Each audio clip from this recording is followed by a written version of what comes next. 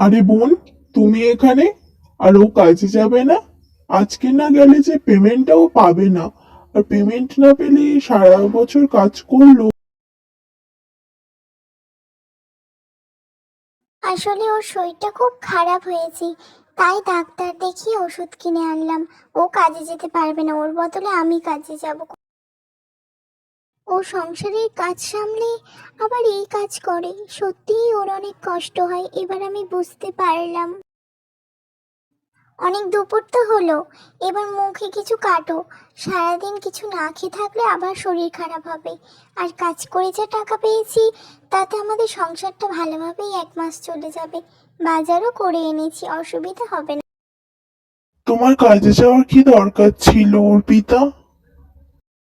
অর্পিতা, কতদিন পরে তোকে দেখছি। আয় মা, আয়। কেমন আছিস তুই? বাবা, আমি খুব ভালো আছি, সেটা শুধু তোমার জন্য। তুমি যদি সেদিন না ওর সাথে আমার বিয়ে দিতে, তাহলে হয়তো এত খুশিতে থাকতাম না। সত্যি আমি আমার ভুল বুঝতে পেরেছি, যে রাগ অহংকার জেদ সেটা কিছুক্ষণের জন্য। একটা কথা শুনুন বাবা, আমি আপনার কাছে শুধুমাত্র আশীর্বাদ ছাড়া আর কিছুই চাই না। কারণ আপনার মেয়ে তো আমার কাছে হিরের তুল্য। তাই আমার আর কিচ্ছু চাই না। আপনি শুধু আশীর্বাদ করুন আমাদেরকে, যাতে আমরা ভালো থাকি। বাবা, তুমি আমাদেরকে সারা জীবন আশীর্বাদ করো এবং ভালোবেসো, তাহলে আমাদের আর কিছু চাই না, ঠিক আছে বাবা? আজ থেকে আমার যত বিজনেস আছে, সব বিজনেস তুমি সামলাবে, ঠিক আছে?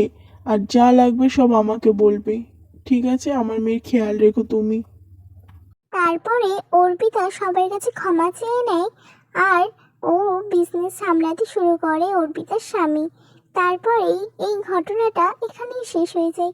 আজকের গল্পটি ভালো লেগে থাকলে চ্যানেলকে সাবস্ক্রাইব করে পাশে থাকবেন। ধন্যবাদ।